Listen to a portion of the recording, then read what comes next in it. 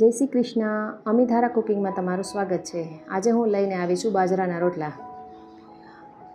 ગુજરાતીઓમાં જે ખાસ કરીને સૌરાષ્ટ્ર કાઠિયાવાડમાં બાજરીનું ચલણ વધારે છે, એટલે એક ટાઈમ તો બાજરાનો રોટલો બધાના ઘરમાં થતો જ હોય છે. તો આજે આપણે બાજરાનો રોટલો હાથથી કેમ ઘડવો એ હું બતાવીશ. તો મિત્રો, આ રીતે આપણે ફૂલેલા રોટલા કઈ રીતે બનાવવા એ જોઈશું. તો એના માટે મેં ગેસ પર તાવડી ગરમ થવા મૂકી દીધેલી છે અને અહીં કાથરોટ રાખી એમાં લોટ ચારવાનો જારો રાખી અને 1.5 ચમચો લોટ એડ કરી અને એક મીડિયમ સાઇઝનો રોટલો થાય ને એનો લોટ આપણે બાંધી લેવાનો છે. તો આ રીતે લોટને ચાળી એમાં સ્વાદ પ્રમાણે નમક એડ કરી અને થોડું પાણી એડ કરી અને આપણે એનો લોટ ભેગો કરી લેવાનો છે. પછી એને મસળી અને આપણે રોટલો ઘડીશું. તો બાજરીમાં ઘણા વિટામિન્સ ને મિનરલ્સ રહેલા છે. એમાં મેગ્નેશિયમ છે, કેલ્શિયમ છે, વિટામિન બી છે. તો બાજરી પણ મલ્ટીગ્રેન આટા, જે બધા મલ્ટીગ્રેન લોટ ખાતા હોય તો બાજરી પણ એમાં એક એડ કરવા જેવું ઓપ્શન છે. તો આ રીતે થોડું પાણી એડ કરી અને મેં બધો લોટ ભેગો કરી લીધેલો છે. આ રીતે કાથરોટ સાફ થઈ જાય એ રીતે સરસ લોટ ભેગો કરી લેવાનો છે અને હાથ પણ ચોખ્ખા રહેવા જોઈએ એ રીતે.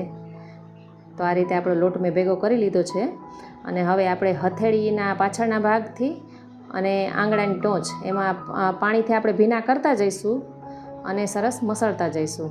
તો લોટ છે એ એકદમ સોફ્ટ થઈ જવું જોઈએ, કે બહુ ઢીલો પણ નહીં અને બહુ કઠણ પણ નહીં. જો લોટ સરસ મસળાશે ને તો જ રોટલો છે એ સરસ થશે ખાવામાં, નહીંતર રોટલામાં પણ એમાં લોટનો કાચો સ્વાદ આવે છે. એટલે સરસ જેમ મસળીએ અને સરસ ઘડીએ એવી રીતે સરસ ચોળવવાનો પણ છે.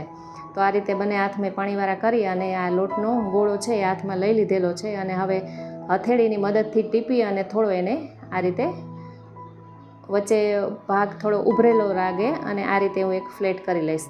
અને હવે આનું મેઇન ખૂબી છે કે એનું ગોયણું કરવાનું.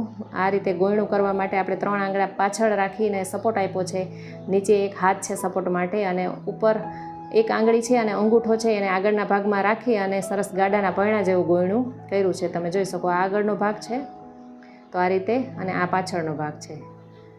તો આ રીતે ગોયણું થઈ જાય. ગોયણું જેવડું મોટું હોય એટલો રોટલો ઝડપથી આપણો ઘડાઈ જાય અને સહેલાઈથી ઘડાય છે.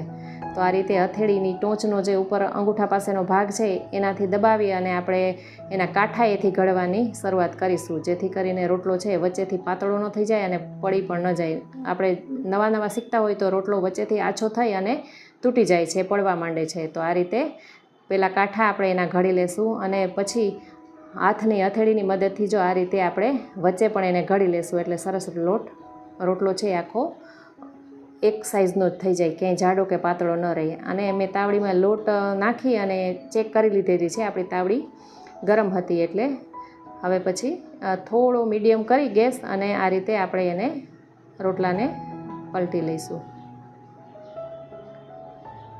તો આ રીતે પલટી અને આપણે બીજી સાઈડ પણ એને સરસ ચડવા દઈશું. અમારા ઘરમાં થોડા કડક રોટલા ખવાય છે, એટલે આ રીતે તમે જુઓ વચ્ચેથી સરસ ચડી ગયો છે અને એના કાંઠા છે એ થોડા કાચા છે. તો આ રીતે રોટલો ફેરવી અને આપણે એના કાંઠા પણ સરસ ચોળવી લઈશું. મિત્રો, ચૂલામાં રોટલો કરતા હોય ને તો બધી રીતે એક સરખો જ ચડે છે. ગેસમાં વચ્ચે ચડી જાય છે અને સાઈડમાં થોડો કાચો રહે છે. એટલે આ રીતે સાઈડના કાંઠા છે આપણે ચોળવવાના છે અને આ રીતે આપણે એને હવે પૂળાભર નાખી દેશું એટલે કે એ રોટલો ફૂલી જશે. એટલે થોડી વાર પછી આપણે એને ધીમે દબાવવાનું છે, જેથી કરીને રોટલો છે એ ફૂલે. તરત દબાવવાનું નથી, નહીંતર રોટલો ભાંગી જશે. તો આ રીતે આપણે રોટલો સરસ ફૂલાવી લીધેલો છે. તો આ રીતે તમે ઘી કે માખણથી એને ચોપડી શકો છો. તો હું આ રીતે રોટલાને ઘીથી ચોપડીશ અને થોડા એમાં ખાડા કરી લઈશ. ઘી અને માખણથી ચોપડેલો રોટલો ખાવામાં બહુ સ્વાદિષ્ટ લાગે છે. તો મિત્રો, મારી વાનગી જો તમને ગમતી હોય ને તો મારી ચેનલને લાઈક કરી, શેર કરી અને સબસ્ક્રાઈબ કરજો. શિયાળામાં આ રોટલા ખાવાની ખૂબ મજા આવે છે. Thank you.